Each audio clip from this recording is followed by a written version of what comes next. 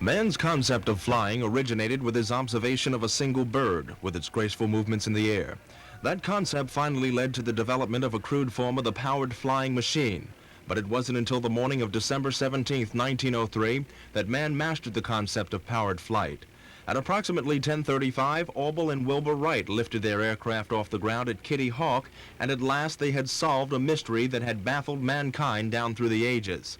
75 years later, at the same site, all eyes were focused on a 25-year-old Boulder, Colorado man, Ken Kellett.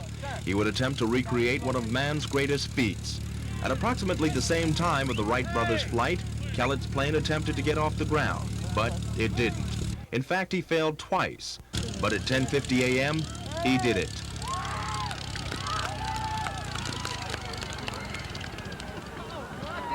We've got the wind. We didn't need to run the whole length of the track. As you saw that time, I went ahead and rotated prior to the end of the track, and it did become airborne and left the dolly, and so that's all we needed to do. You put a lot of time and money into this. Are you satisfied with your efforts? Yes, I am.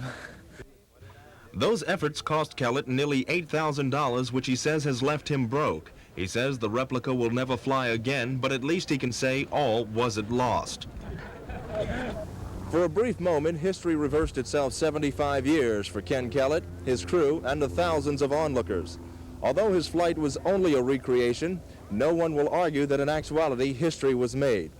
In closing, Kellett said man only dreamed of being able to soar in the sky, and his flight showed that the dream of a man named Orville and his brother Wilbur is one that truly did come true.